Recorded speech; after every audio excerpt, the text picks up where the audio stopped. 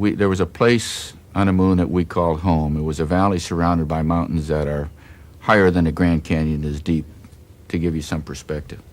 We stood in sunlight looking at the beauty, the overpowering beauty of this earth, the multicolors of the blues and the oceans and the whites and the snow and the clouds, looking at it from 250,000 miles away through the blackness of space. It itself, the earth itself, surrounded by the blackest black you can conceive in your mind.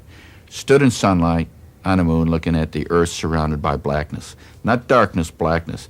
That's a paradox, but it's also truth. When you're there, you have to ask yourself, fully appreciate where you are at that moment in space and time and history, and quite honestly, you don't. But you look at that earth. It's revolving on an axis, because you go about your business, and 3 or 4 or 5 or 6 hours later, instead of looking from the eastern shores of North and South America, the continents of North and South America, across their countryside and their plains and their mountains to the deep dark blues of the Pacific Ocean, you might now be looking at the entire continent of Australia, and soon thereafter Asia and Europe and then all of Africa. You realize the earth is rotated on an axis you can't see, but that must be there.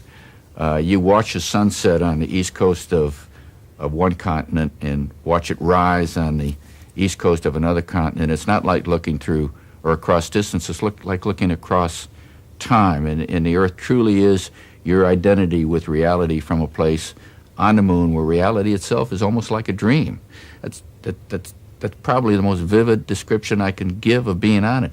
And you look at the earth, and it seems to have every right to move aimlessly and tumble through space, but it doesn't. It moves with purpose, it moves with logic, and to me, and I've had a chance to challenge this feeling not just once but twice, it's just too beautiful to have happened by accident.